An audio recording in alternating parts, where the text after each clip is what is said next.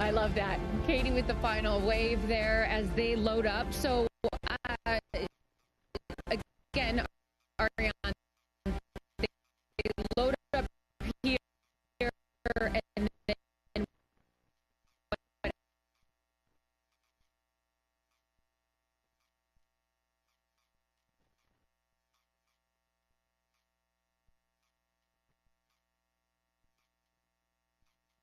be taking care of them today. They're then going to take a left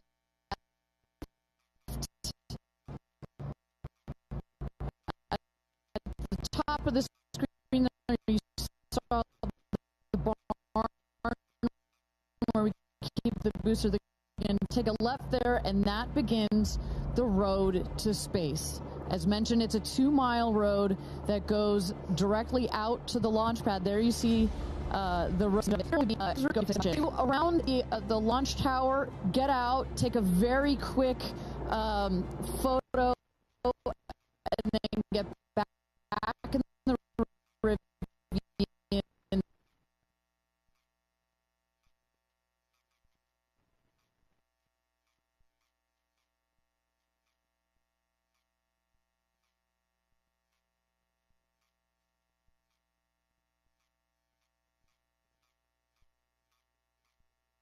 it's got to be very exciting for them. Yeah, and Katy's sticking her head out too, going to give a little wave to her daughter Daisy. They're all sticking their heads out the window. It's too bad that all three of them are so shy, you know?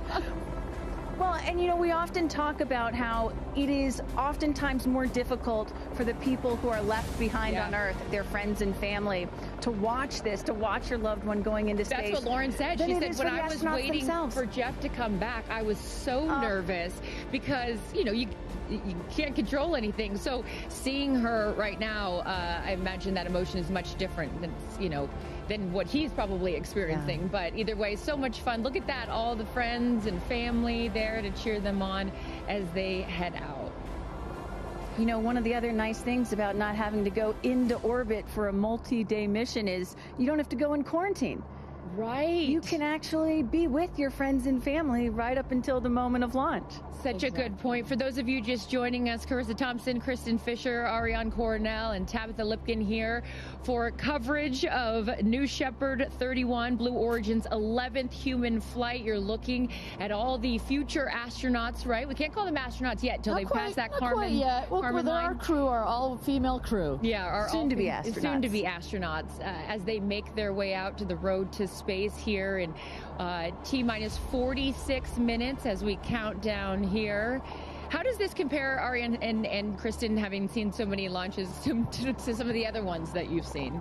Well, I think to Kristen's point, you know, this is, you know, for let's say a NASA launch, you know, they have to be quarantined. You kind of wave from afar.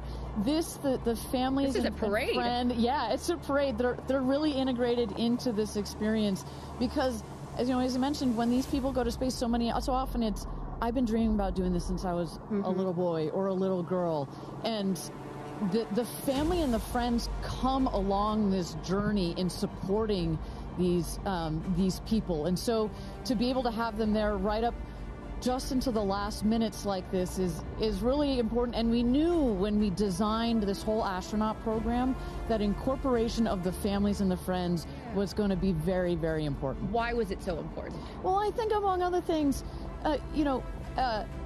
precisely these aren't, you know, these are not people that have trained for years and years and years, right? They are pretty normal people that are not quite as elite, let's say, Kristen, as your parents. They're not fighter pilots. You've got people that are very normal, you know, like Gayle has been very clear about her emotions and her nervousness. We want them to have the support and the love of their friends and family. And this is a moment that will change their lives forever. It is a moment, getting that chance to see the Earth from space is something that will forever change their perspective. They will come back slightly different people. And so for a moment like that, and here they come. Yeah, as right they're by our stage. Right over our shoulder here is our set as we wave to the incredible women here. And each crew names themselves, right, Ariane? So this crew has named themselves the 6 ladies, that are taking up space right here. Godspeed. Good luck. I love it. I love it. Well, I think what's so fun about this, to your previous point about this full experience and getting access to see them and send them up, it has to give them some comfort, right? I mean, you're going to do something that is so out of your comfort zone, that to see and to be around people that you know and that you love on your way out to the road to space is really special. And also just being here the last couple of days, you really have an appreciation that, yes, of course, the focus is on these 6 women, but I'd be remiss if I didn't mention the experience that I've had. Even you took us into mission control yesterday, and just meeting them. There's 10,000 employees here at Blue Origin, and all of the men and women whose lifelong goal it was to work at a company like this, and all their schooling, and just some of the most intelligent people that you'll ever meet, and all the hard work. I mean, this is not a small thing that is happening, and all of these people have dedicated their lives to moments like this. And so I just want to make sure we acknowledge that this is such a group effort to put these women into space for the first time. I should say, of all the interviews and press that I saw Gayle King do prior to this launch, one of my favorites was Mae Jemison, the first black woman into space, and she made a very clear point. She's like, there's going to be lots of emotions on I want to say game day, on launch day. It is game day. On launch day, but there you can see she's got tears in her eyes already, and just know that you have some of literally the world's most intelligent people that are taking care of you, that are watching this rocket, not just today, that the energy that has been put into this vehicle over the last several years, the several months that have been taken to plan this mission, and in the last final days and hours as we check the vehicle, we only send them out there and only send them up into space when everything is ready. We take this very, very seriously. And as Kristen said, this feels like it's getting a bit routine, but every mission is not routine for us. We make sure that we take it seriously. It is routine, I should say, but it is... That's a good thing. It's a good thing, and our team is paying attention, and no detail is missed on the day of. And there's a saying that spaceflight is a team sport. And, it's not, there's so much focus on the astronauts, but it really is a team sport, and I think we really got a sense for that yesterday going into mission control. For those of you just joining us, Carissa, Kristen, Ariane here, Tabitha with the friends and family, and then we see the astronauts here. They have loaded up from the Astronaut Training Center. They're in the Rivians, going at quite a speed, I will say, on the road to space, which what a is shot. Look at that really sunrise. beautiful. I was just going to say, which is such a beautiful shot there, the aerial view from our helicopters. But, there's been conversation leading up to this, and I loved, Kristen, you had pointed out when you get asked, like, well, why do this? And you had said something that I thought was so interesting. It's like, well, then why travel? You say it more eloquently than I can. There is, of course, criticism, right? Like, why should we care about this? Why should we care about your average person, even though these women are not average? Why should we care about them or celebrities going to space? Or why should we even be going to space, period? And my answer to that is, well, why do we travel? Why go to Paris? Why go to London? Why go to Japan? It's because it does something to you that's different than just looking at a photograph. You experience it in a different way, and it changes your perspective. It makes you a better person. It makes you understand other cultures and civilizations and other people. It makes you have more sympathy.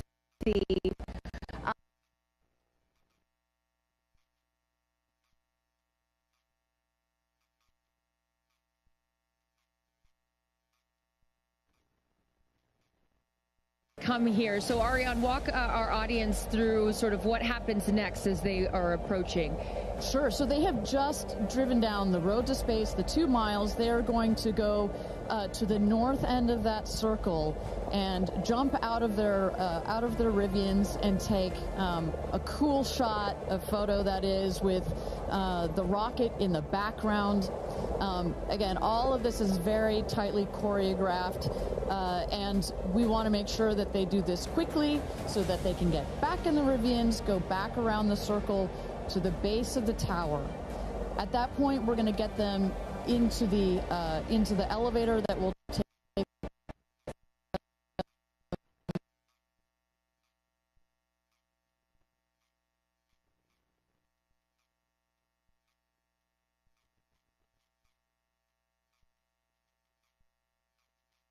that they are ready to load the crew into the capsule itself.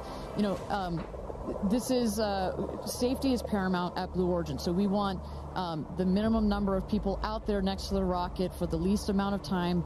So we keep it fast. We keep all these procedures tight. But we got to do a quick photo shoot by the rocket. I mean, so good. It's history, you know? We got to capture that moment. And again, for those of you just joining us, this is something that I was not aware of. That beautiful rocket right there, News Shepherd, didn't come out until this morning, right? So explain a little bit more for those people that are just tuning in, sort of how the setup works. Sure, that is correct. So at about 2 o'clock this morning Central Time, we rolled the vehicle out there you see on the truck. With the capsule already what we call mated to the rocket. You'll see here in a moment the rocket, it goes very slowly, just want to make sure we take care of our baby as well. Goes out there, the truck will turn the vehicle vertical, and at that point we connect all the pipes and the hoses to the vehicle, and we start loading the vehicle with propellant. Right there, it's empty. That's for safety and security reasons. That's also, it makes it easier to turn vertical. We'll load the vehicle with propellants all the way up to the last moment. We put in there, you heard it earlier in our webcast, liquid hydrogen and liquid oxygen. Those are the two propellants that fire into what we call our BE3 engine, our Blue Engine 3. And our team in Mission Control from that point on has got their eyes glued to their monitors to make sure that the propellants in the tank stay within bounds, within temperature bounds, within pressure bounds. As they make their way here onto, they'll take the elevator, right? They won't take the stairs. That is correct. Yeah. So we just inserted the elevator relatively recently. It makes it a little bit more comfortable as you're going up to the top of the tower. You know, we're at about 3,000 feet above ground level in altitude up here in a dry, dusty desert. We just want to make it a little bit easier for them. And it's worth noting, too, so the 6 women are headed up. We saw Jeff is with them as well, but also crew member 7. Explain to those at home who crew member 7 is. Right. It's like, well, if you don't mind, I'm going to use a football reference for you, Aaron. And we come, I called you Aaron like your girl. Sorry. Oh, my goodness. We're often confused.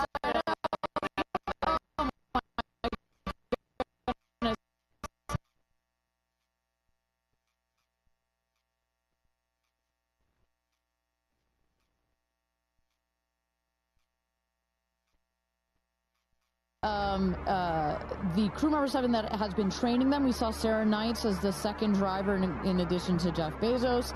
And then, a little confusing, we've got a second crew member 7 who is going to be on Capcom, or Capsule Communicator. Today, her name is Laura Stiles.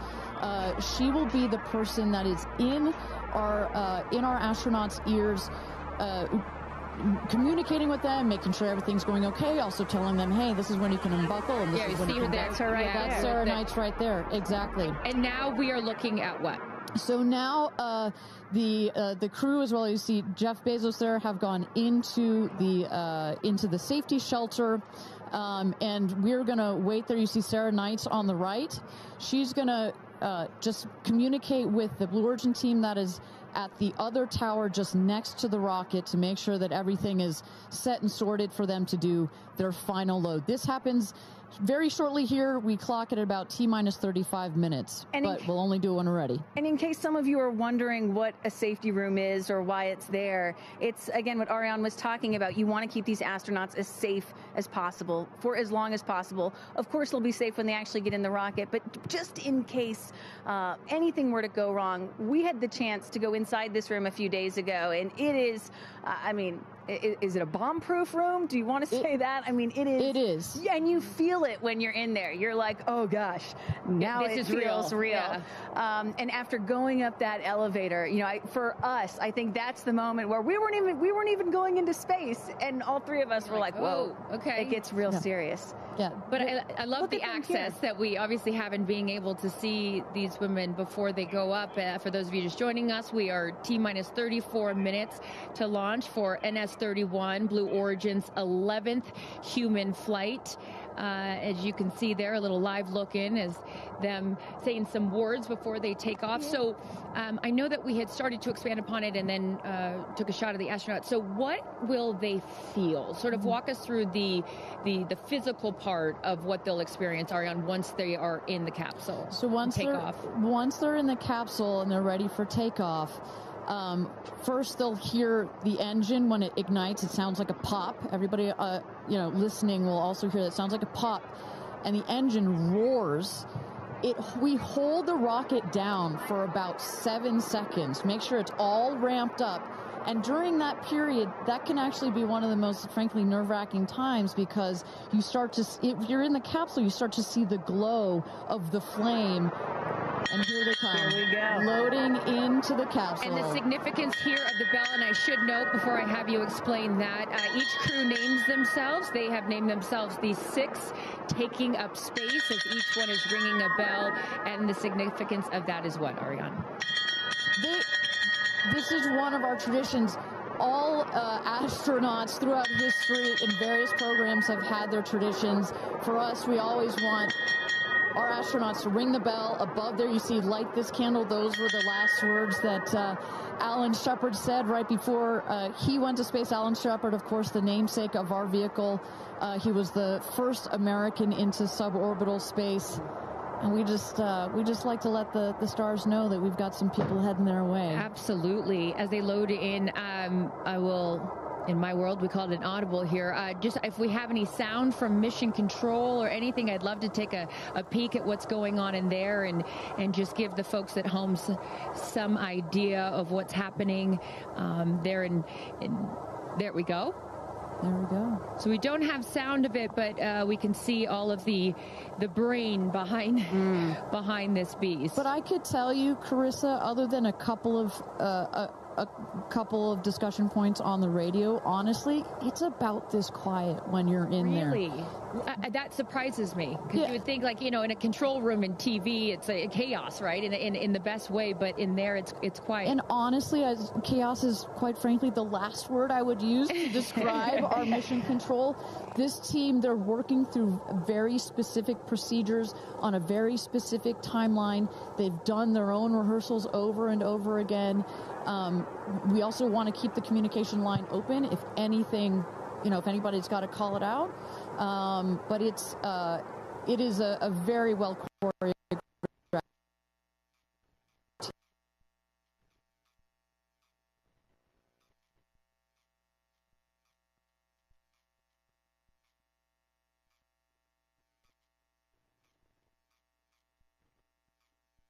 Of everything that you're seeing here. They practice over and over, getting inside this capsule, strapping themselves in.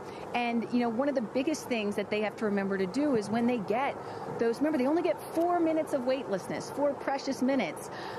They have to unbuckle and then buckle back in at the exact right moment. So those are some of the things that they're learning to do and practicing while they're training in that building right behind us. As we look at new shows Shepard 31, the 31st mission, the 11th human flight here for Blue Origin. We are T-minus 30 minutes. Carissa Thompson, Kristen Fisher, Ariane Cornell with us, and Tabitha Lipkin at the tower. I am going to be leaving here in just a few minutes. I'm going to go to fallback 3, an area. Then I will wait for the capsule to land. I'll wait for the recovery team to come out and then bring you interviews from each of our astronauts as they arrive back here on Earth. I cannot wait for that. Again, we've seen them load now into the capsule, and I just would love, some more play-by-play, Ariane, of sort of what now this process looks like, as it's all new to me. And for any of you that are also joining us for your first launch, welcome. And now we'll let the experts tell us what's going on. So you saw them loading. You saw them loading into the capsule. They are getting into their seats. They're getting into their harnesses. It's a 5-point harness, so clicking them all in. All right, we're hearing that Capcom right now. Sorry to interrupt you, Ariane, which is short for Capsule Communicator, and ready to do the astronaut comm check. So let's take a listen. Laura Stiles has the mic.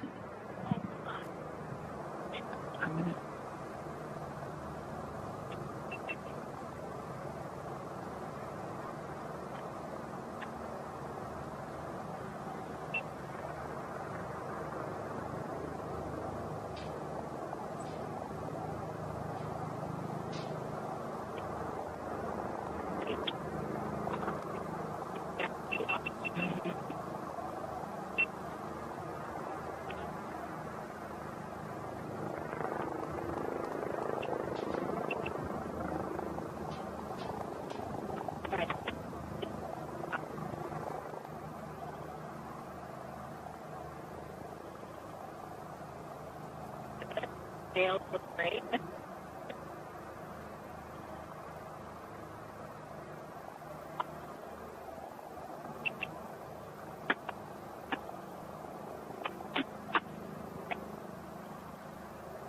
Right.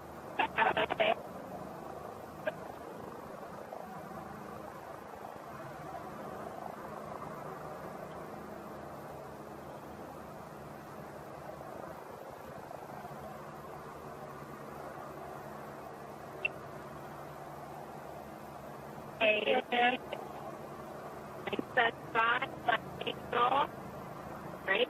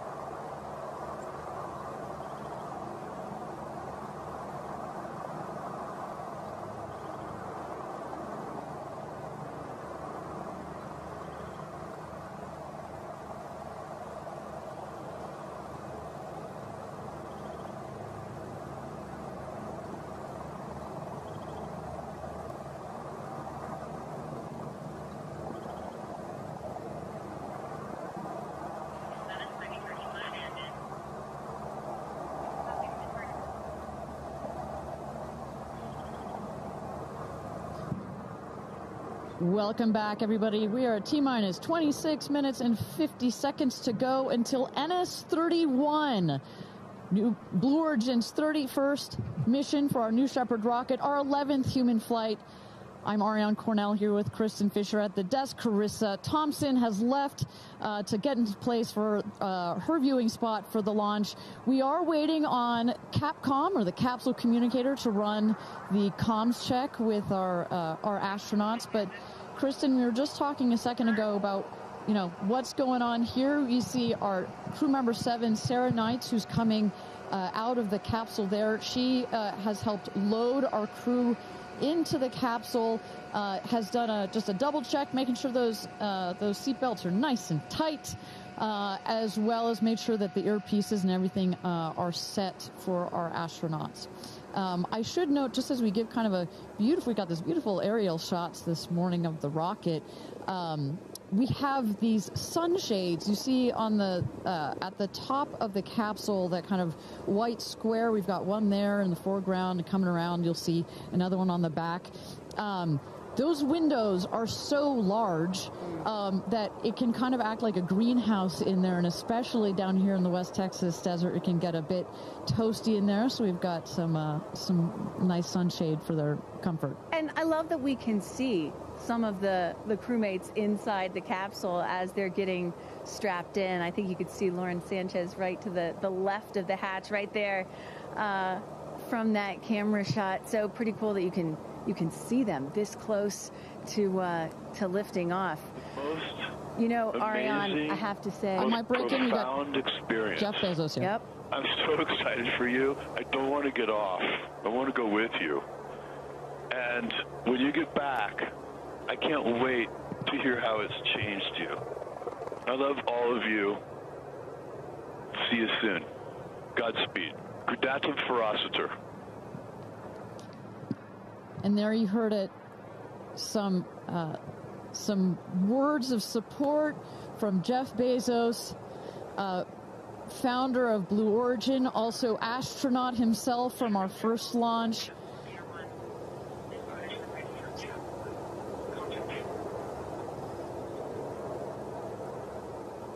So, of course, Lauren Sánchez is Jeff's fiance, one of her supporters. Who, as we mentioned before, we've got lots of friends and family that are supporting the rest of the astronauts here. They are out at the viewing tower. Let's turn it over to Tabitha. Tabitha, have you had a chance to chat with some of the family members out there? You know, a lot of friends and family have come out here, and it is an exciting vibe. I am standing by with two women who need no introduction. And Chris, I have to start with you. What is it like to be here, and what brought you all the way out here to this launch? Well, Lauren and Jeff, we're here to support our girlfriend and our friends, and I never thought that we'd be talking to you from a space launch. For sure. So this is a really unique experience, and we're just so honored to be here to support them and watch this amazing part of history. And I'm so proud of her. And I just feel like all of the female astronauts that are going to go up today. It's such a big day in history, and it's so empowering, especially my daughter is 7, and just to see something like this. And I mean, somebody said their grandfather was here that's 92, then they didn't even have transportation back then the way that we do now, and now they're going to space. It's pretty amazing. That's Aisha's grandfather, 92, came all the way here. That's where the story, I was like, I heard this story, and you know, he had no airplanes, nothing back in his day. Now he's seeing his granddaughter go into space. That's a beautiful thing. Really incredible. And how does it feel also to be able to share this with multi-generations within your family? It's really something. It's just Kim keeps writing us because she was supposed to be here with us, and she's studying for law school, so she had a big test that she had to take. Again, something I'm very proud of, but she just keeps calling, going, I have such FOMO, tell me every minute of it. So it's very inspirational, and just super proud of the girls, every one of them. And it's a very brave thing to do, and I think it also just says something, like Chloe said, to my 13 grandchildren. Yeah. What can you say to that too, for your children? Oh, I just think it's really whatever you dream of is in our reach, especially in today's day and age. And dream big, wish for the stars, and one day you can maybe be amongst them. That's so beautiful. And just before I send it back, any last messages to the astronauts before they take off? I think just great luck. Be present. I mean, I'm so excited. I love the messaging that we keep receiving from the staff here at Blue Origin is don't film it through your phones. Look through your eyes. Be as present as possible. They will supply all the content that we need and to give to our families. But I love just being in the moment. Yeah, same. And we're going to... Excited. Yeah, we're so excited. We're going to be in the moment too here. We're going to send it back to you guys at the desk, and we're going to start watching. Love you, ladies. Good luck. Bye. We had no idea that Chris and Chloe were going to be here, and we're about to be interviewed by Tabitha. So that was a nice little treat. They sure looked the part, you know. Oh, they're ready for their day out here in Texas. I love it. Yeah, and you know, for those of you watching, we're really in the middle of the desert. We're a solid 2-hour drive from El Paso. And as you were saying yesterday, Ariane, you know, you really get the sense like you start in El Paso and the more you get out here, you do start to feel like you're on another planet. I mean, it's got quite a moonscape, Marscape vibe. And our guests that are here today, as we just saw in Chris and Chloe, are dressing the part. Well, so let's bring it back to the real stars of the show, our astronauts. And one of our astronauts that we haven't heard from yet is Gayle King. She has obviously a lot of emotions going into this flight. Let's hear what she has to say from this interview with Tabitha Limkin just a couple of days ago. When I made the decision to come, there were only 3 people whose opinion matters to me the most. Favorite daughter Kirby, favorite son Will, and Oprah. That's my kitchen cabinet. And all of them said, I think you should do it. All of them, much to my surprise, including Oprah. I really thought she was going to say, nope, I don't think you should do it. And she was like, do it. She said, I really think you should do it because you've been talking about it. And when it comes back and you're not on it, you're going to be kicking yourself saying, I could have gone and I didn't. And I don't want to have to hear about it for the next few years. And, you know, I think everybody in this group is a storyteller and explore, and to be able to take this message and tell other people what it was like from our different perspectives, I think is very significant. Do you have a message for the kids watching? You should always know that no dream is too big. You know, we have someone, Aisha, who was told when she was a kid, your dreams are too big, you need to dream smaller. No child should ever be told that. And so I want people to know no dream is too big. And also, LL Cool J said this to me once, dreams don't have deadlines. Isn't that good? That is real good. Dreams don't have deadlines. I've never forgotten that he said that, and I believe that as well. What are you taking up with you? Oh, I have a bunch of stuff. I have Luca. I wanted one of his favorite toys, so I have a Sesame Street character called Tamir. Tamir is this little black boy with great curly hair, so Tamir gets to go to space. I have a wooden cross that you can hold in your hands. It fits like in 3 prongs. And a stranger came up to me at the airport. She said, I always hear you talk about being a nervous flyer, and I wanted you to have this. And so if you're ever on a flight and you feel nervous, take it out and hold it. So whenever I'm flying, I have this with me. Also, I just noticed, what is this on your wrist? So Jared, who's one of our jib operators at CBS Morning, his daughter, Denise, who's 7, made this for me. And she came into my makeup room and said, I made this for you. Someone else gave me Astronaut era. That's pretty great. Space Sister, Amanda just gave me this. I mean, so I feel that I feel I'm pretty well protected. Absolutely.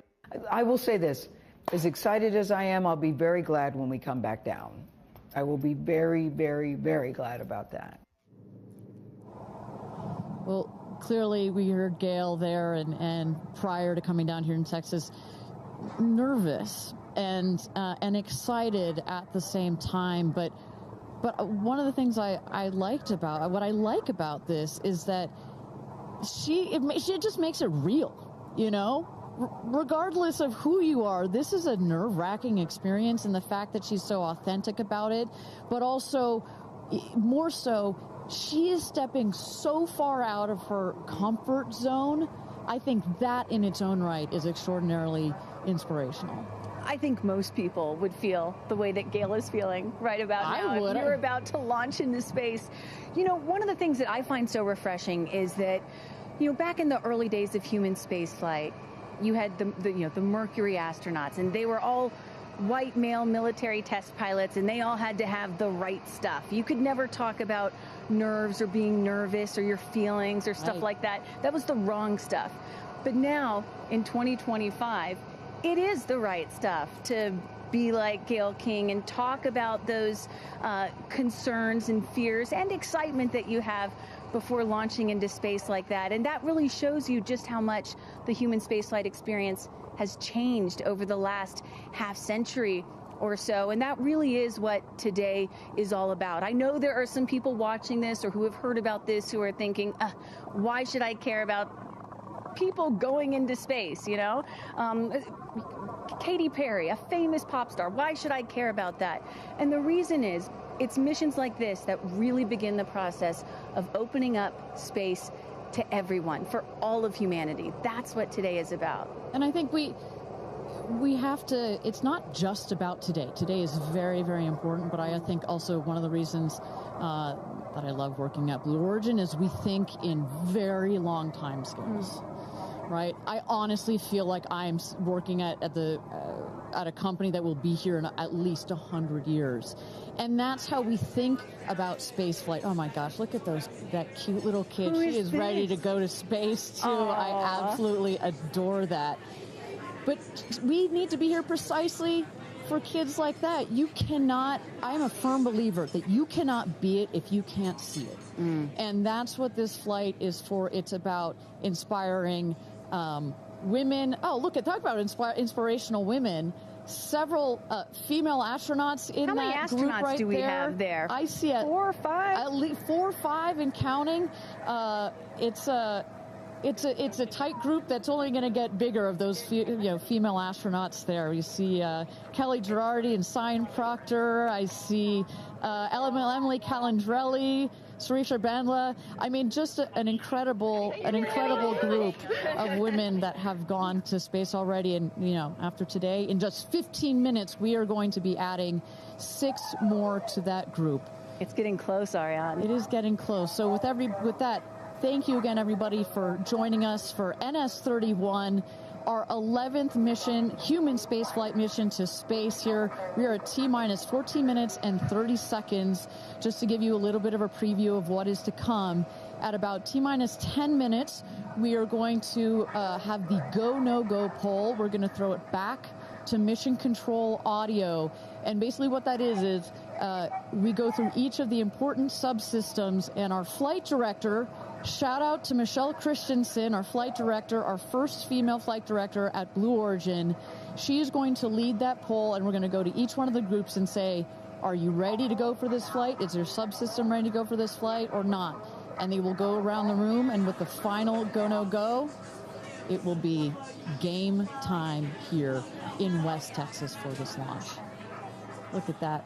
Now, this child is a little younger than you were when your parents went to space. A little bit older. Oh, excuse me, a little older, pardon me. Yeah, because I was just 15 months old when my mom flew in space. And, I think about what it must have been like for her to be a first-time mom and training for her first space flight all in 1 year. And she was a part of NASA's original first 6 women astronauts alongside Sally Ride.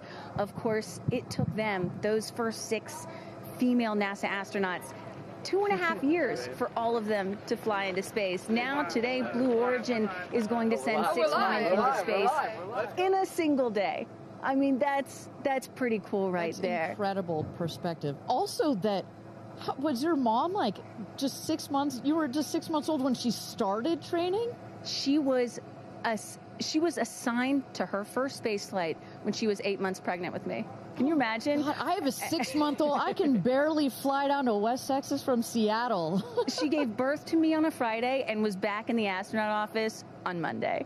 I don't recommend doing that. As a mom of 2 myself, you're a mom of 2, I probably wouldn't do that. But respect. She did, Respect, that's huge. But I've asked her, I'm like, why did you do that? And she said, because I felt I had to prove something. I felt that I had to, pave a trail for women to come. And so as I'm sitting here today, I'm thinking a lot about what she did, the sacrifices she made to make what's happening today. Again, it's not normal. Human spaceflight will never be normal or routine, but this is the beginning of making this kind of travel. We got 4 moms on board, a grandmother, making these types of people going into space very routine. Now, talking a little bit about that, getting back a little bit into the flight profile and what they're going to feel as part of this now routine flight. So the 6 astronauts are currently in the capsule right now, all strapped in, ready to go. Their audio is working. We are waiting for the T-minus 10 here for the go, no go poll. At T-minus 0, you guys are going to, all of us will hear the pop. That's the ignition of the BE-3 engine. It holds down the rocket for about 5, 6, 7 seconds. Inside the capsule, they'll start to see the glow of the flame, and then they will lift off.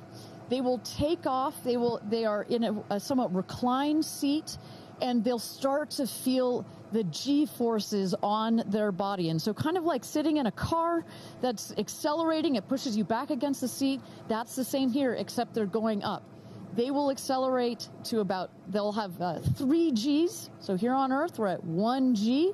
When you accelerate to 3 Gs, so like if you're 100 pounds, it feels like you're then 300 pounds. But Kristen, crazy. It's crazy. But in that reclined position, it's dispersed across your body. Bad. It's not as bad. It kind of feels like a weighted blanket. Oh.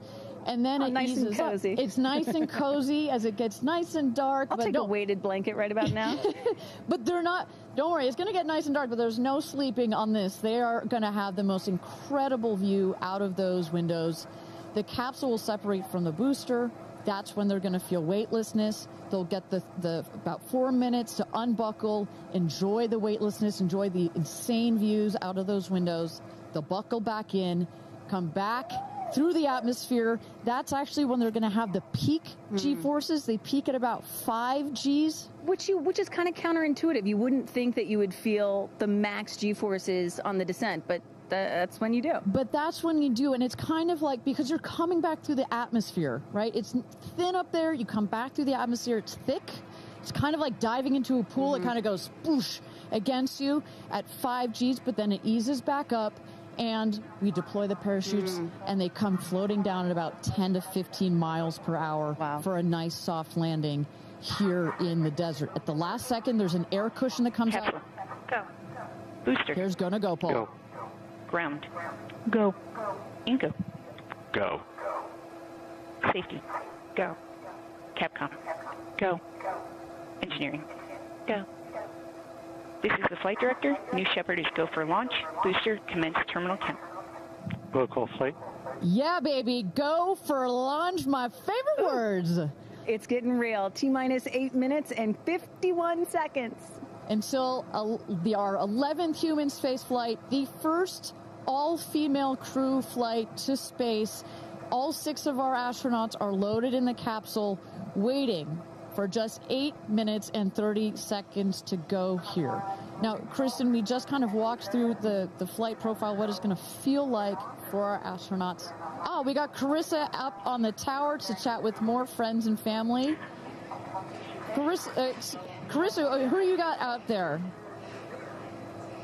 I don't need to introduce the incredible woman. I don't need to introduce the incredible woman next to me, who is a ray of sunshine. Oprah, you are wearing yellow because Gayle's call sign is sunshine. Yes, right. And all of us, the whole family is wearing yellow today. And I you know, we've been friends. It'll be 50 years next year. We've been friends since we were 21 and 22. And I have never been more proud of my friend than today. Never been more proud, because this is bigger than just going to space. I mean, I think for her, who anytime we're on a flight, she's in anybody's lap if there's the slightest bit of turbulence, has like real anxiety flying. And this is overcoming a wall of fear, a barrier. I think it's going to be cathartic in so many ways for her. She told us that she was surprised that you told her to do it. Why did you want her to do this? Because I think life is about continuing to grow into the best of yourself and the fullest expression of yourself. And I think that this is one of the most fullest expressions you can possibly have. And I know that I felt deeply that she would regret it. And I didn't want to hear about it for the next 15 years. I wish I had gone, you know. And I said, there's only one time that all the women are going up for the first time. You know, there will be other trips, but there's only one first time. Incredible. So to be a pioneer is great. What was the last conversation you had with her? I said, peace be still. Hold the God's unchanging hand. He's got your back. That's it. That's it. I know that as we're counting down here, we're getting excited for that go for launch moment. How are you feeling as her best friend? I feel so calm. I don't think I've ever been more calm, because I think it's already done. Once she said yes, once she committed to yes, and Lord, did we all hear, should I do it? Should I do it? Since Thanksgiving, we've been talking about it. And so once she finally said yes, I was like, okay, we're going. It's a go. You know what I have loved is her vulnerability, because she's the voice of a lot of us that would be afraid, and she's okay to talk about being afraid. Why has that been so important to show that part? I think, you know, for every woman who's on this flight, it's about fulfilling something within themselves. For Gayle, it's about overcoming this great fear and also stepping into the moment of excitement. And I think, you know, it goes beyond this moment of just going up in space. I think this will be an everlasting experience. I was just thinking this morning, you know, Gayle has been there for me for hundreds of events. I can't even remember them, you know. But you will never forget this day. None of us will ever forget this day. Well, thank you for being here, for her, for us. I mean, this is just, it's a historic day, and it's only fitting that you are here front and center as a ray of sunshine that you are, Miss Oprah. Thank you so much. Thank you so much. No time. You're next, you know. I'll send it back to you, Ariane. Thanks, Carissa. Wow, to see Oprah down here. No, I'm not besties with Oprah, not yet anyway, but if Oprah told me to do anything, I would do it. I don't think Gayle had a choice after Oprah said, girl, you got to do this. She had to do it. Ariane, we are under T-minus 5 minutes until these ladies hopefully launch into space. And, you know, you were just talking about what these women are going to feel when they launch. But let me tell y'all watching what we may hear, because we have one of the most famous singers on the planet on board, and there is a chance that we will get to hear the audio inside and hear what these soon-to-be astronauts are saying and possibly singing while they're weightless. So I can't wait for that moment. I'm also hoping she comes down to Earth and does like either a Fireworks Part 2 or E.T. Part 2. I think that's going to be, and I think, but let's stick on this point for 1 second, Kristen. I think one of the incredible parts about this crew is their ability to tell the story coming out of this in their own unique way. The way Gayle can go on TV and talk about it. Amanda can go and continue to advocate for women more broadly about it. The way Katy can sing about it, etc. The way Kerianne can produce films about it. That is what is so special about this crew in particular. And that is what's so special about this new era of space flight. This is not NASA. This is not governments. It's not the U.S., China, or Russia. This is the commercial era. These are private companies, and this is Blue Origin sending the first all-female crew into space since 1963. And this is all going to happen so fast in just a few minutes, about 10 or 11 minutes from launch to landing. And don't worry, guys, I did the math. In case you're wondering, total duration of this mission is just about 3 Katy Perry fireworks songs. So play that song 3 times. That's how long this mission is going to be. Fantastic. Well, so at T-minus 3 minutes to go until our 31st launch of New Shepard, our 11th human space flight. Just to tell you what's coming up here. At T-minus 2 minutes, we send the show over to the vehicle. It goes into autonomous mode. Command engine controller ready to start. We have our team, of course, in mission control that have their eyes glued to the screen there. There you goes, mission control, quiet and intense. There's one of our crew member 7's capsule communicator, Laura Stiles. She is communicating in the ear of our capsule, in the ears of our astronauts. But what we're going to see in the last 2 minutes, you'll see the fins at the base of the rocket gimbal or just move back and forth. We want to make sure they've got free range. At the base there, you see the nozzle, the engine peeking out. The engine as well is going to gimbal, going to move. Both in conjunction together, those two Pressing systems. propellant tanks to flight pressures. Those two systems guide the rocket. And when you are out there at this moment, this rocket feels like it is alive. It feels like it is a living, breathing, capsule access bridge thing, right? And there's the gantry pulling back from the rocket. T-minus 2 minutes and counting. Transition to onboard hydraulic pumps. And this right here is the moment that they've been training for.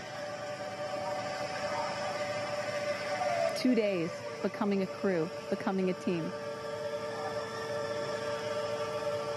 after you go through an experience like this, it's more than a team. It's almost like a family. You are so tight to go through something as intense Executing as this. aft fin built-in test. And everything looking really good, Ariane. So far from mission control, everything is clean and green for this launch. T-minus 1 minute to go here.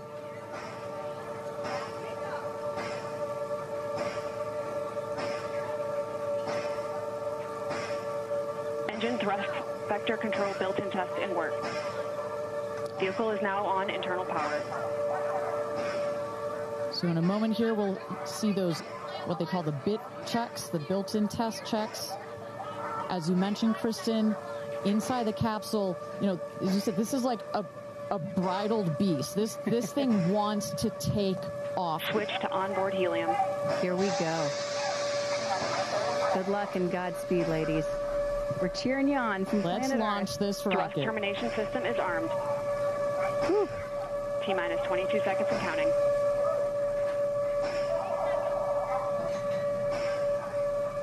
Guidance internal.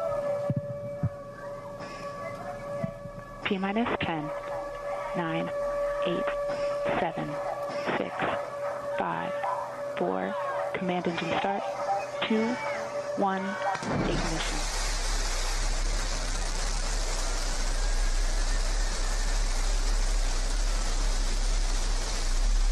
Liftoff. New Shepard has cleared the tower.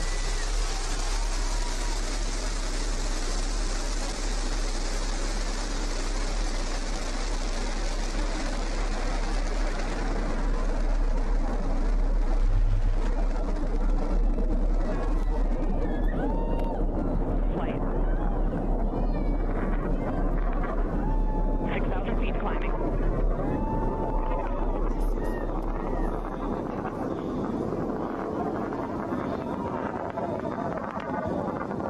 Begin throttle down for Q limiting. Engine response looks good.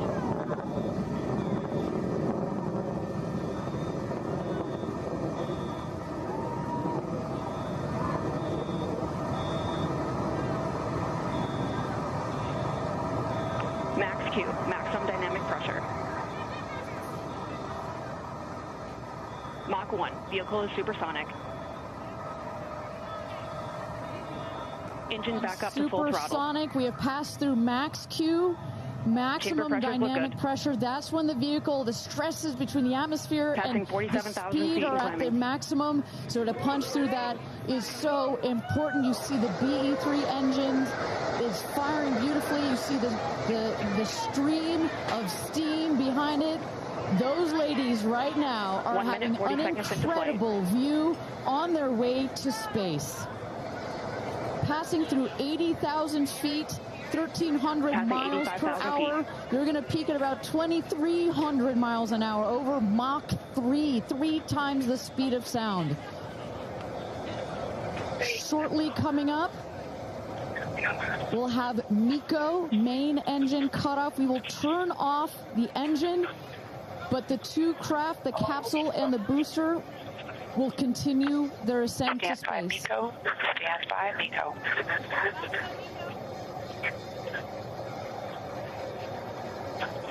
And our... And there you saw the main engine is turned off. We're now going to separate the capsule from the booster, and at that point, Kristen, that's when all 6 astronauts are going to start to feel the weightlessness, and shortly thereafter, we're going to let them unbuckle. Separation is confirmed. And that right there is the most critical milestone of this whole ascent. Oprah watching her best friend go to space.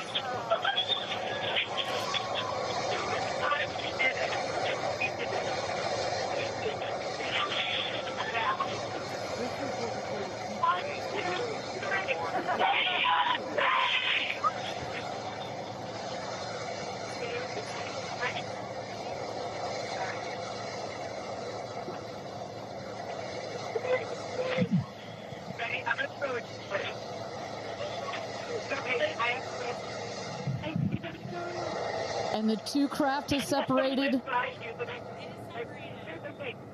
it up there. Put it up there.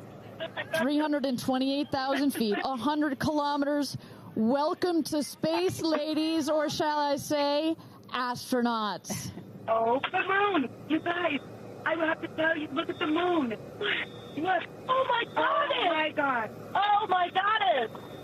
That's our pink moon. I love you, Jeff.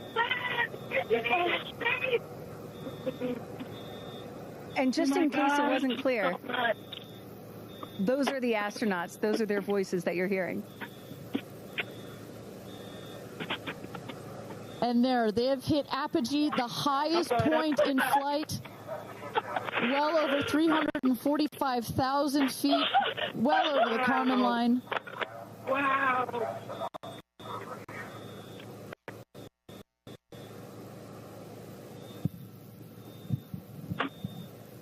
And at this moment, the astronauts have unstrapped from their seats. They are floating. They are weightless. They are experiencing zero-G for the very first time in their lives. And Katy Perry did say that she was going to sing in space. I'm waiting for it. Waiting for it. 1 minute warning. 1 minute warning. So that is Capcom indicating a 1 minute warning for our astronauts to take in those last views before they get buckled back into their seats. At this point, both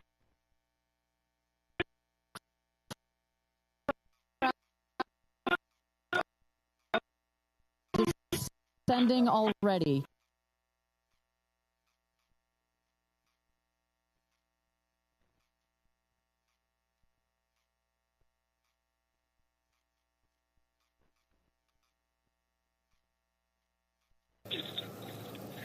Oh my God, guys,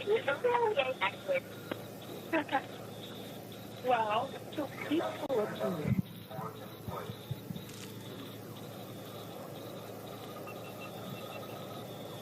And you hear Dragon. Report status. 1, 2, 3, right. Copy. With. Report status.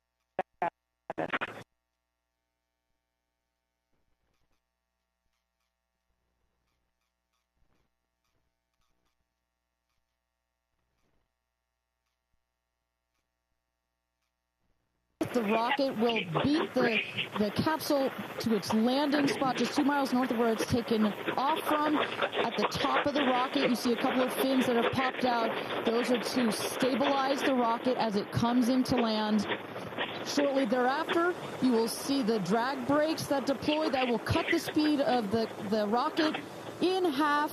And then in the last moments, and there it is. We can see it from the stage. There comes the rocket down. It's going to relight its engine. We're going to also see a sonic boom. We're going to hear that shortly here. And remember, this is something that had never been done before until just a few years ago. Truly the stuff of science fiction that you're about to watch in just seconds. Drag there we brakes. go. Engine relight.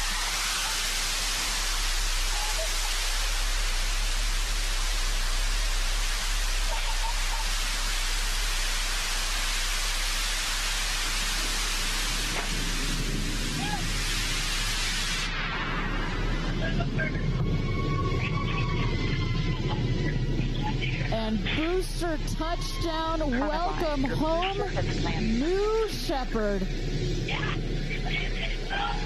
Picture perfect landing right there. Picture perfect landing. Right on target. You see that dust kind of creates this dramatic cloud that reveals the beautiful rocket that has just taken these ladies up to space and back. And I love the echo across the mountains. Is that what I was hearing there? That's what you were hearing. You heard the sonic boom, then you heard the engine relight, and all of that reverberates in this big, beautiful valley in West Texas.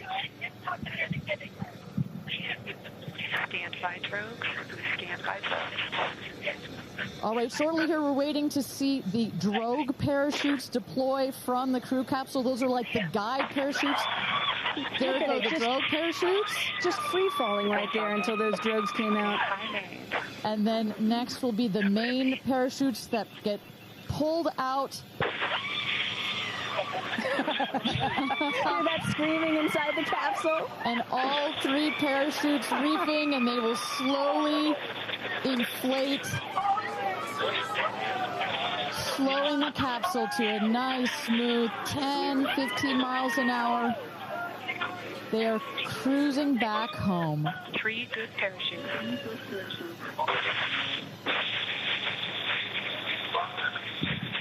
And I tell you, Kristen, from having gone through all of the simulations, I have gone through all of the training.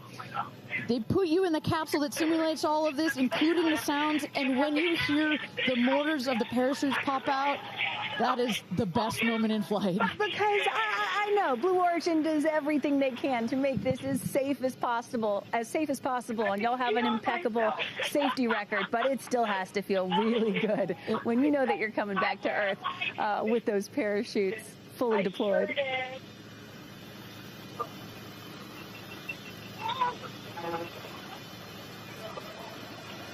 And we can see the capsule just over our shoulder here, going to be landing north and east of the launch pad, coming down softly and beautifully.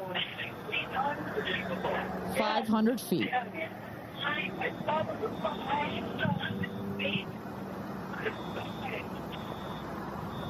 And you will see a puff of smoke when it touches down, a puff of dust. Actually, yes. That's normal. A puff of dust, last milliseconds, air cushion that will kick up the dust. It's a very soft landing despite the sporty perception. There it is.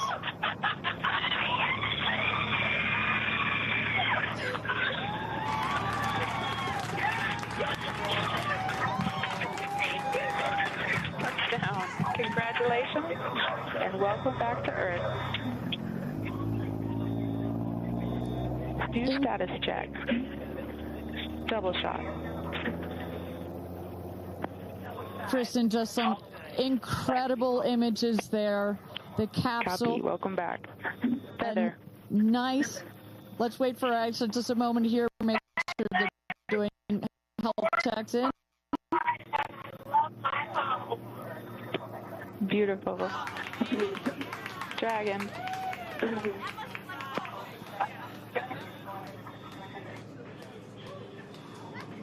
Yes, and as you heard it there, everybody seemed to be just as ecstatic to be back here, back on Earth. Everybody appears to be fine. Beautiful shot there of the capsule down in the desert. As we were just saying, it looks like a tough landing, right, but it is an air cushion in the last milliseconds that just makes it even softer. I will also note the parachutes landed very close to the capsule. That's just an indication that there's not very much wind out here today. A beautiful day for a launch and landing. A beautiful day to add 6 more names to the roster of astronauts that have been over the Kármán line into space.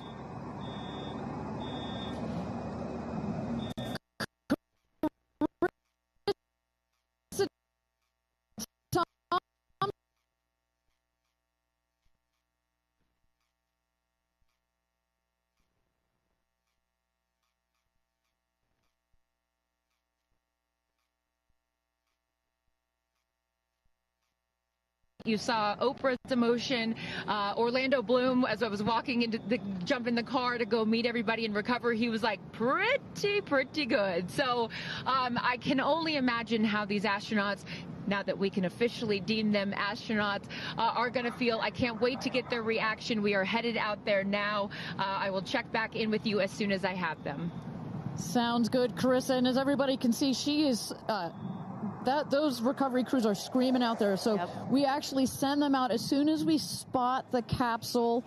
And there's little Rose, Katie's daughter, who is just Daisy, excuse me, who has just seen her mother go to space and come back. I'm sure she cannot wait to say hello.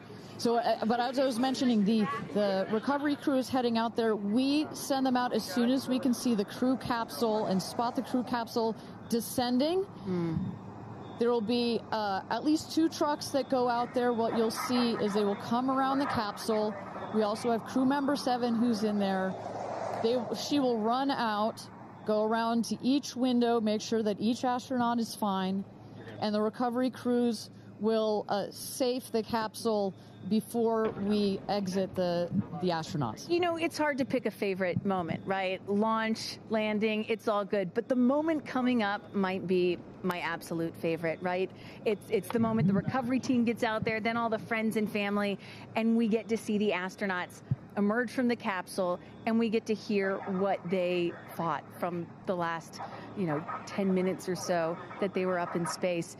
And I think one of my favorite things that I've ever seen in covering space, certainly with Blue Origin, was that moment for William Shatner, Captain Kirk, as he emerged from the capsule.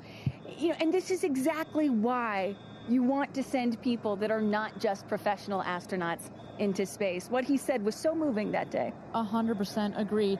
But it's not just the astronauts that are here that are being moved by this event. We've got Tabitha that's with some of the friends and family out there. Tabitha, give me an update from the viewing platform. I mean, not a dry eye in the stand, I tell you right now. Chloe, I just want to know from your perspective, that moment, what was it like? I don't think I realized how emotional it was going to be, and I literally had chills all over my body from the second it launched until the moment I just saw it land. And it's sort of hard to explain, because I don't think you would be that emotional, but it's incredible. It takes your breath away. And I feel like I have all this adrenaline and I'm just standing here. Right? It's very true. Same. It's really, first of all, we're so thrilled that the girls are safe and everything went so well. And so that's a relief, because, I'm sure there's a lot of nerves up there, but to hear the girls screaming and having such they said they saw the pink moon. Yeah. I heard the audio. I was like, that is the coolest thing. I cannot wait to get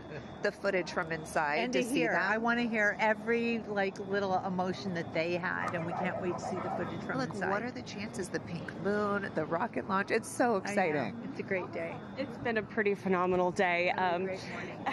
So when are you guys going up is the real question. Oh my gosh, I don't know. But this made it a little more enticing, I will say. But I don't know. But I've learned to never say never. Right. That's right.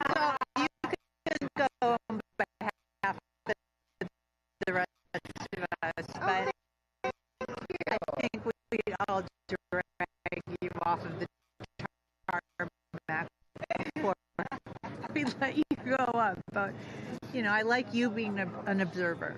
Okay. Yeah. Yeah. Well, we love being able to share this experience with you, and thank you for sharing how you feel out here with our audience. So it's been really, really incredible. So yeah, the motion I've been so exciting. Gosh, On spot there. Chloe and Chris, are you guys going up? Keeping up with the Kardashians in space. We're waiting for it. That's the all lady launch. Well, thank you so much, Tabitha, for that. And you could see that, you can hear that, you can hear from Tabitha. Even she is emotional and has tears in her eyes. When you're down here for one of these launches, and Carissa, when we get her back up,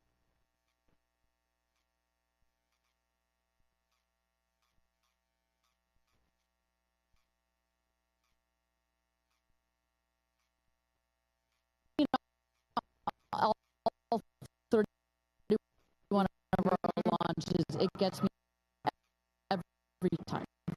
Well, anytime somebody says, I don't get it, what's so exciting about space? Come to a launch.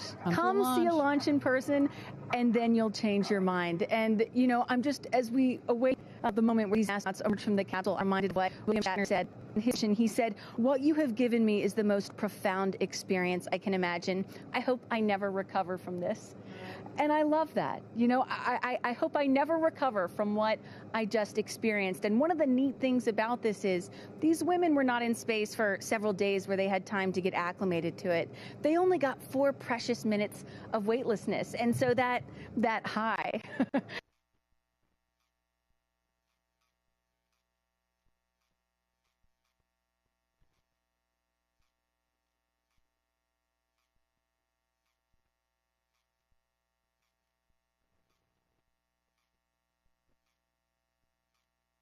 You see there some of the friends and family have already started lining up there. While the recovery crew, you've seen some images. As I mentioned, they're safing some of the systems on the capsule. We want to release all of the excess air and gas that created that nice air cushion. We'll remove the parachutes, make sure nothing gets tripped up. Also, we reuse those parachutes. And then crew member 7 will take the stairs up to the hatch. It's like a good 3.5-ish feet off the ground, so it just makes the getting out of the cabin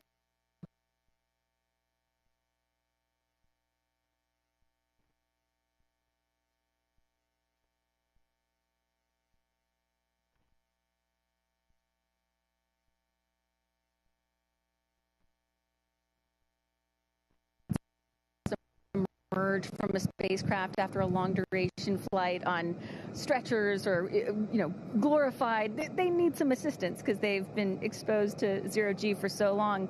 Not these astronauts. They're not going to need any assistance. That's one of the beauties of a suborbital space flight. You feel great. You don't have to deal with space sickness, right? Exactly. And that's, to that point, this flight, because you're basically going straight up and then over the Kármán line and straight back down.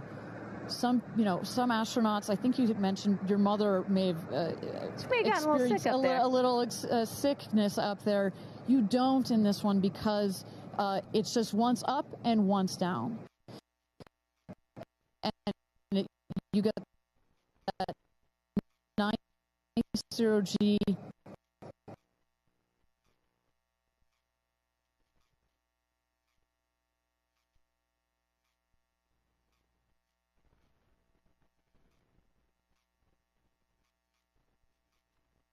feelings are also, as a mother, our kids are close in age. What does that feel when you have young children?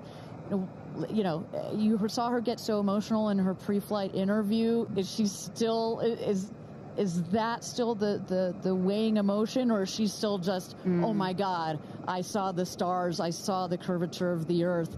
What's going to come out of her mouth?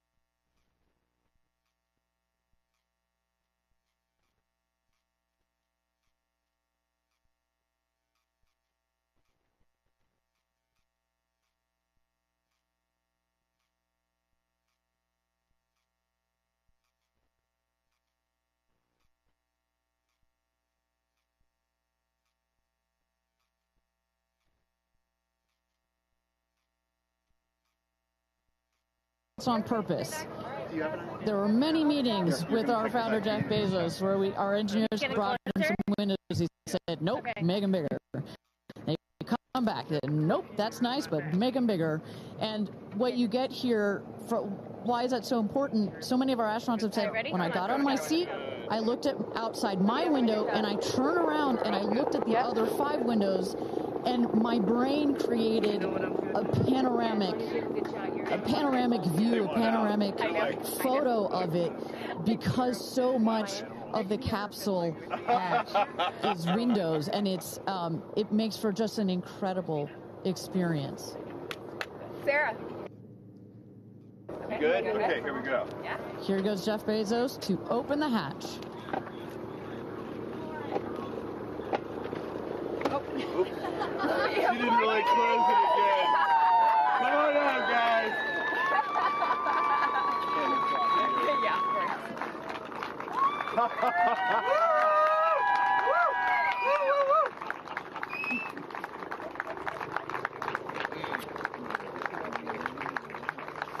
This is your babies. Where are my babies? They're over here. Go see them. Where? Oh, we have to go Right there. there. Okay.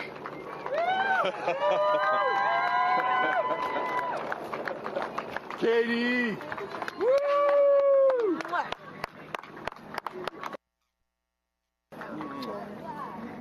Thank you. Thank you. Amanda!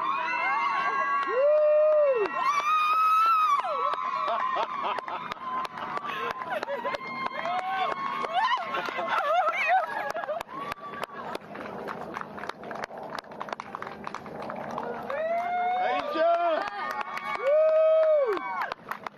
Oh my gosh!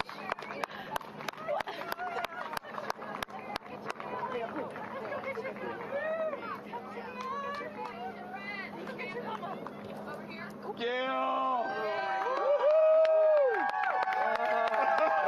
I just have to have a moment with the ground. Let me just appreciate the ground for just a second. Thank you, Jesus.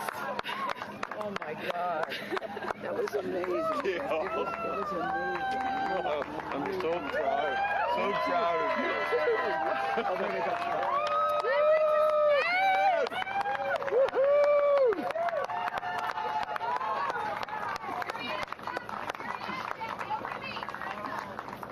Amazing. I'm so proud of you. Kerianne, we got your people over here. Come right around the bushes here. Woo! Come on. I can't hear I have no, it's not working. So someone just tell me when we're on. Does anyone have our app?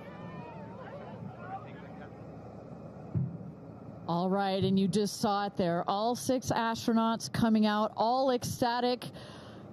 Katy Perry and Gayle King both kissing the earth. Very happy to be back down here, but clearly ecstatic. I don't know about you, Kristen, but my favorite was Lauren coming out and saying, "Where are my babies?" Oh. And I also loved Katy Perry holding a daisy, I believe, and holding the daisy up to the sky after her daughter Daisy. Sweet moment. With that, let's turn it over to Krista Thompson standing by outside the capsule. I don't really have words for it. Oh my God, Lauren, I want to cry just seeing you. I'm so proud of this crew. Like, I mean, Gayle, you know, we were just talking in the capsule, doesn't even have ear piercings. She's so afraid to do anything. And she got in that capsule, and I think, like, it profoundly changed her. I mean, for me, I can't put it into words, but, like, I looked out the window, and we got to see the moon. And it was pink. Was it pink? Full moon. It wasn't pink, but it was almost full. And Earth looked so, it was so quiet. It was just quiet. And is it what you expected? No. Better. Yeah.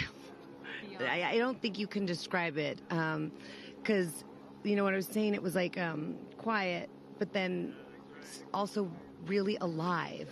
And you look at it and you're like, we're all in this together. Like, as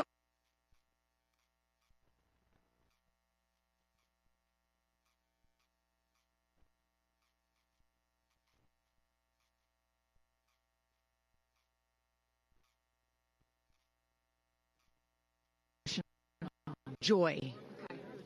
complete and utter joy and gratefulness. Like, it makes me want to come back and just hug everyone and be like, oh my God, we're in this together. Like, that's what this is. And Jeff had told you that it will change you more than you know, and I know you're only a few minutes removed from the capsule, but I can tell already. Emotional. Yeah. Oh. To be this I'm like, I don't cry that often. So I didn't expect to be this emotional, but it's also all the love that was in that capsule and all the heart and the feelings and all the things, and like seeing Jeff before I left, I just went, like.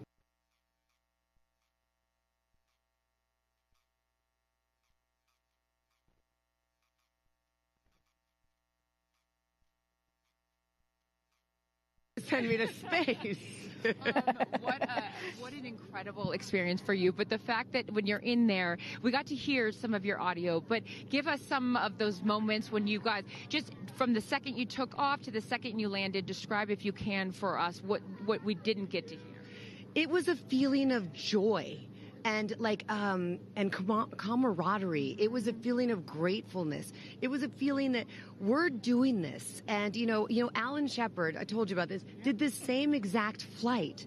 And he became the first American in space. And 6 women just did the same flight that he did. Oh, I just want to keep hugging you. It's really cool. Yeah. And I hope that more people get to see this, because I feel, I don't even know how much it's going to change me. And I want to thank the Blue team. I mean, look at them. I mean, they work so hard to make sure this vehicle gets up and safe. And I'm so proud of you.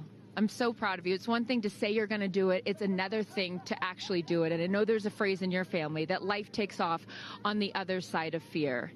And here you are, just having landed back on Earth. And now you are officially, Lauren Sánchez, already adding to your extensive resume, you are an astronaut. Congratulations. Thank you. I'm very excited. I'm excited to share it with the world, and I'm so grateful to everyone here. I love you. Go be with your family. But to process and download what just happened to me. Well, get on in here, Amanda. Someone that can now articulate exactly how Lauren is feeling. Lauren being so candid about overcome with emotion. How are you feeling? I know, Amanda, this has been a dream of yours, a long-awaited dream, and now it is finally official. You are an astronaut. Congratulations. Thank you so much. You know, I usually have nice words to say, but in this moment, I just want all survivors to know that you can heal. No dream is too wild, and that if it's so wild out there, like going to space, you can absolutely make it through, and it can absolutely be possible. You mentioned to us prior to going up, you said that you needed to go to space to heal. I know you're only a few minutes removed from this incredible experience. Do you feel healed? You know, I had a zero-G indicator that I didn't know if I would bring, and I ended up bringing it. Okay. And explain for the folks at home that don't know what that means, what it is that you're holding. Yes, the zero-G indicator is something all astronauts have that floats once you hit space, lets you know you're there. I brought a promise that I wrote to myself. I've talked about that. And share for what is this right here? Yes, and this one I didn't know if I would bring, but I ended up bringing it and floating it, and it's the hospital band from the day. And I got to honor her today, and I'm so grateful to the thousands of people, the engineers, the scientists, just everyone who has made this a reality. And you also have written here, I know that you had this on your laptop, right? Yes, and this is my zero-G indicator, a promise I made to myself that if I were to pause my astronaut dreams and fight for rights, that one day I would return to her. And it says, never, never give up. Well, those dreams are no longer on hold. Yeah. You are finally an astronaut. Congratulations. Enjoy this moment with your family, and thank you for sharing it with us. Thank you, Amanda. Kerianne, you said to me yesterday, you said, when I get out of that capsule, I'm going to be an emotional wreck. And I think what I will just say, for anyone that has never had the great privilege, of being here. This is my first time at a launch, and it is very emotional. Describe, if you can, how you're feeling. I have almost no words. It was the most incredible experience of my life to be up there and see like such vast darkness in space and look down on our planet. The moon was so beautiful, and that was like, I felt like that was a special gift just for me. I'm so sorry. No, don't apologize. Are you kidding? You just went to space. You just went to space. This is it. Down and like knowing that everything, like everyone I loved was standing down there looking back up at me, and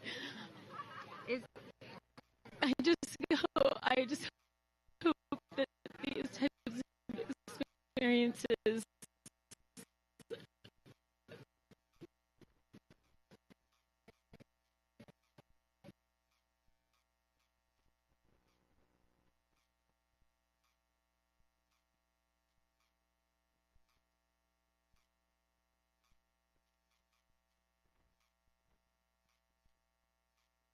very special necklace from an incredible group of people that you hold near and dear to your heart. What would you like to say to them watching?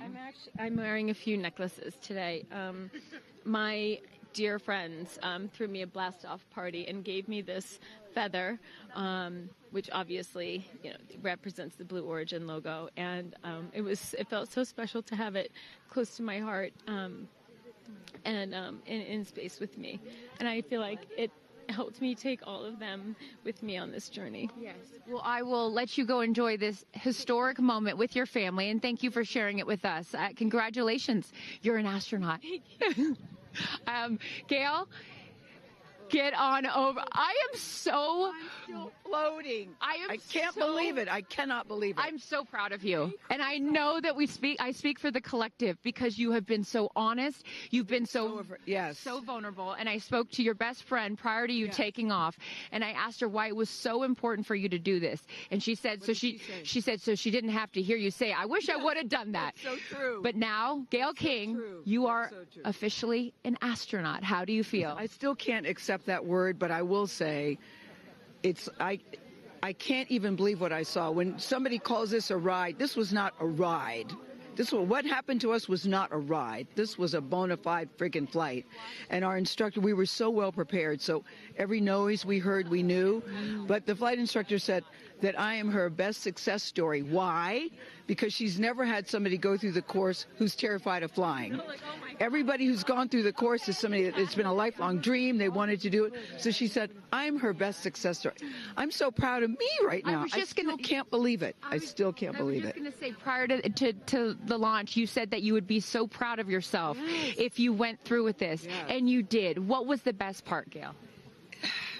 It's oddly quiet when you get up there. It's really quiet and peaceful.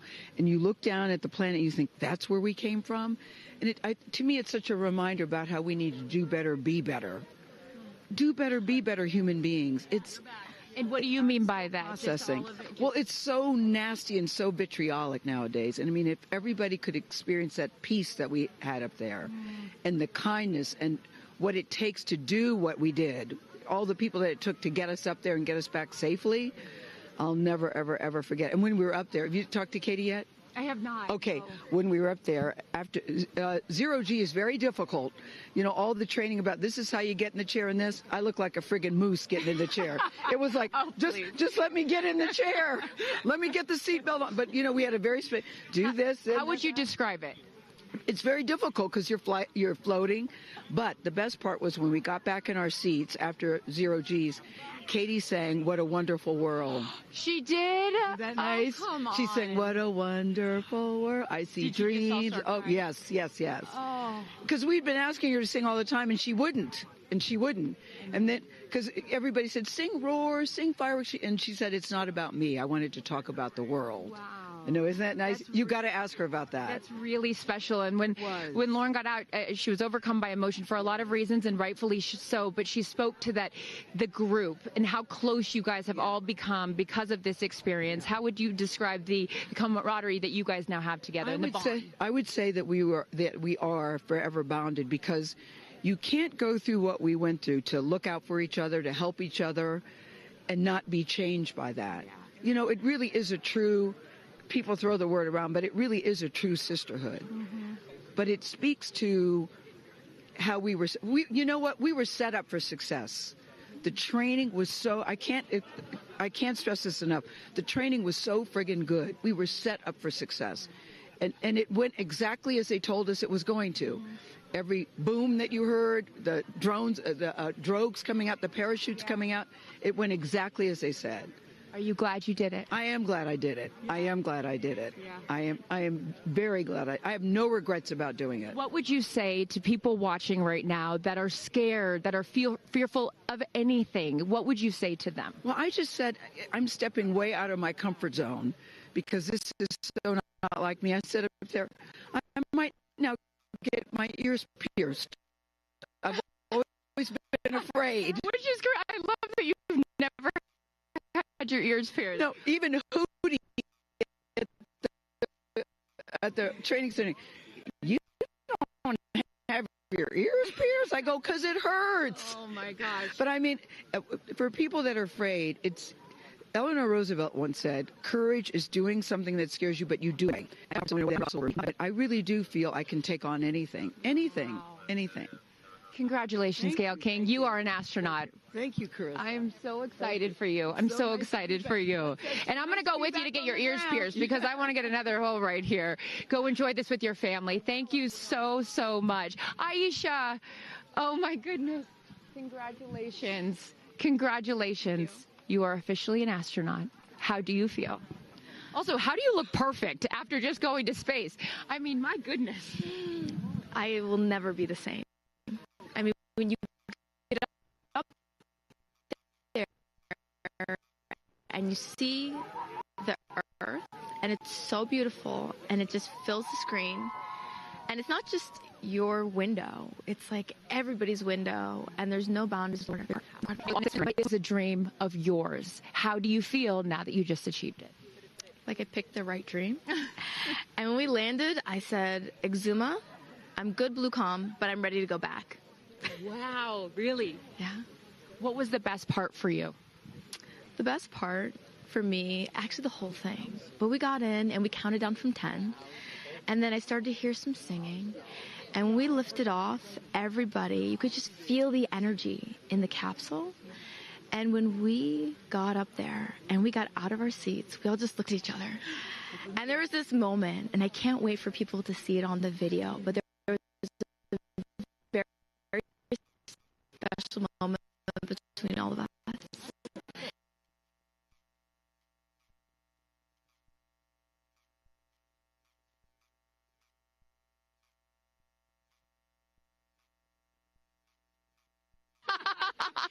Oprah has a way of making us all feel just a little bit more at home and a little bit calmer.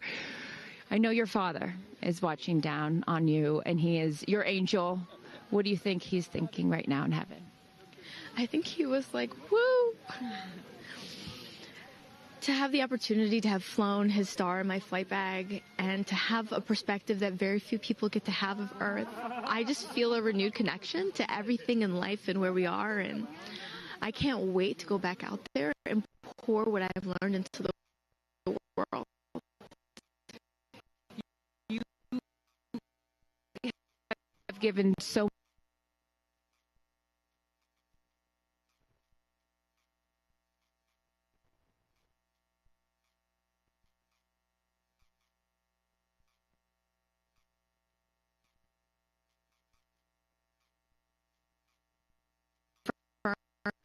that dreams are real and sometimes reality is wrong.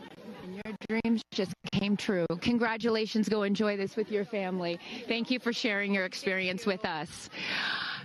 Katie. Ruler of the group. No, you are not. I'm crying. I'm going to tell you something right now. You are officially an astronaut. Thank you so much. How do you feel? I feel super connected to love. So connected to love. I think this experience has shown me you never know how much love is inside of you, like how much love you have to give, and how loved you are until the day you launch. We had these incredible shots of Daisy watching you as the rocket, it'll make me cry, as the rocket's going up, and she was so proud. Just kept saying, Mommy, Mommy. And I know you'll feel the same way when you watch it. And you brought a real life Daisy up. It was important for you, not only because it's your daughter's name, but why else was that important to bring it? Daisies are common flowers, but they grow through any condition. They grow through cement. To me, God's smile, but it's also a reminder of our beautiful earth and the flowers here and God's smile and the beautiful magic that is everywhere, all around us, and even in a simple daisy. So to really appreciate it and remember it and take care of it and protect it. Gayle shared with us the song that you sang when you got up there. What a wonderful world. Why was that important to sing that particular song? I've covered that song in the past, and obviously, like, my higher self is always steering the ship, because I had no clue that one day I would decide to sing a little bit of that in space. But I think that it's not about me. It's not about singing my songs. It's about a collective energy in there. It's about us. It's about making space for future women and taking up space and belonging. And it's about this wonderful world that we see right out there and appreciating it. This is all for the benefit of Earth. You have done so many incredible things in your life, selling millions of records, selling out stadiums. Where does this experience rate for you? This experience is second to being a mom. Wow. Yeah, that's it. That's why it was hard for me to go, because that's all my love right there.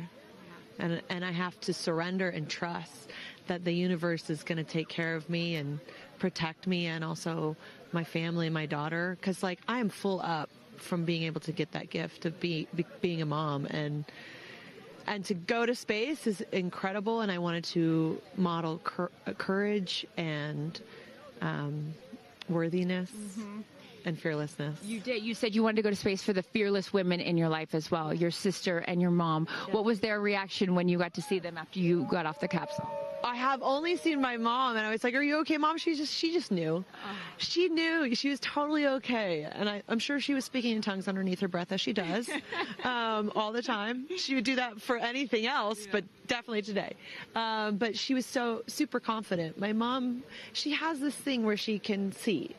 I mean, even down to the name of, like, the capsule being tortoise. I know you spoke to all of your fans about that the capsule's named tortoise, the feather on the side, that, you know, the symbol of Blue Origin, all of those gave you confidence that this was the right thing for you to do, correct? Yeah, because I just asked for a sign from the heavens, from my angels, and they're like, well, here's the feather, which is what your mother calls you, and if that's not enough, the capsule's named Tortoise, which is the second nickname that your mother calls you. And I'm like, okay, I'm going. Yeah. I got the message, and I'm gonna get the message.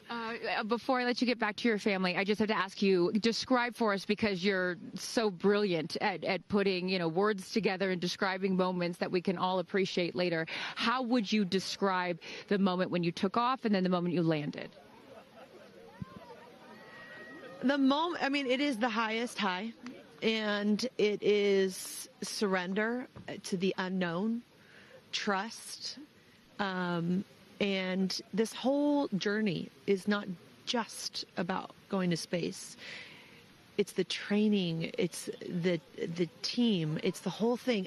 I couldn't recommend this experience more. This is, like, up there with all the, you know, different tools that I've learned in my life, from meditation to the Hoffman process. This is up there because what you're doing is you're like really finding the love for yourself, because you got to trust in yourself on this journey, and then you're feeling the love when you come down, for sure, and you're feeling that strength. So I feel really connected to that strong divine feminine right now. By the way, you're such a badass. I love that the month of April, you're like, I'm going to space and I'm launching my tour. I mean, it's really incredible. Now I know I'm asking this question for your fans. Will you write a song about this experience? Oh, for sure, 100%. And not only that, I got to reveal my set list for the tour on a butterfly. How apropos. Incredible. Just flying in space. I don't know if anyone's ever done that before, so I'll just Well, there's a lot of things that you have done first. You are now officially an astronaut, and let me just tell you, on behalf of everyone here at Blue Origin, our webcast, and everyone, all of these individuals that put this incredible thing on, congratulations. Thank you so much. Thank you for sharing your experience. It's a 10 out of 10. That's my review. 10 out of 10. You definitely go for it. 10 out of 10. Thank you, Katy. Congratulations.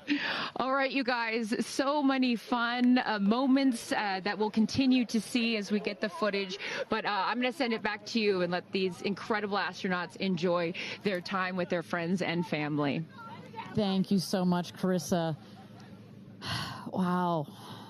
Kristen, I mean, 6 inspirational women in their own right. Eloquent. I could not be that eloquent coming down from space. You know, you heard Katy Perry saying 10 out of 10, but number 2 experience only to being a mother. What were some of your takeaways from what we just heard? You know, Gayle King used the word sisterhood. I'm feeling the sisterhood today. First all-female crew to space since 1963, and that was a solo mission, Valentina Tereshkova. And I'm with an all-female broadcast team here at Launch Site 1 in Blue Origin. Ariane, it has been a complete honor to work alongside you. It has been such an honor to watch all of the things that these women and their loved ones have said about what this experience means to them, because I am a firm believer that if you don't understand why people come out here to watch a space flight, it's just because you haven't seen a launch yet and you haven't been a part of this experience. And I truly believe what we witnessed here today is something that will continue to open up spaceflight and this experience for all of humanity and our little ones at home. 100%. You know, I said it earlier, you can't be it if you can't see it. And to see these 6 women go up and the roles that they have played before, but I can't wait to see the roles that they play afterwards in their way of telling this story for the world to hear, to experience, to see. This is just the beginning. So I want to give a shout out to them, because as you saw, that is coming out of your comfort zone, whether you wanted to go to space or you're like Gayle and you didn't anticipate it. Thank you for trusting yourselves and to their families and trusting their loved ones with Blue Origin. We are very proud to do that. I'm so proud of Gayle King, too. I wonder if she's still afraid to fly on airplanes after flying to space. Have we cured her of her fear of flying? I don't know. We've cured her for getting your ears pierced. So there we go. Baby we'll take steps. that one. Let's start with that one after this not so baby step. Aw. Look at that beautiful shot. And now the party starts, right? Can we pop some champagne and celebrate a little bit later? Let's do it. It's only 9:20 a.m. It's not too early. 5 o'clock somewhere, baby. All right. What an incredible day. Just for all of us, for our astronauts, for our Blue Origin team. It was an honor to fly you to space. And if you would like to follow in the pioneering footsteps of these astronauts and purchase a seat to space, visit BlueOrigin.com and click Fly to Space. Your own journey to visit the Kármán line is much closer than you think. If you'd also like to purchase a mission patch to commemorate today's launch, head to Blue Origin shop for patches and much, much more. For Kristen, Carissa, and Tabitha, I'm Ariane Cornell. Thank you so much for joining us. And until our next launch, Gradatum Ferocitor.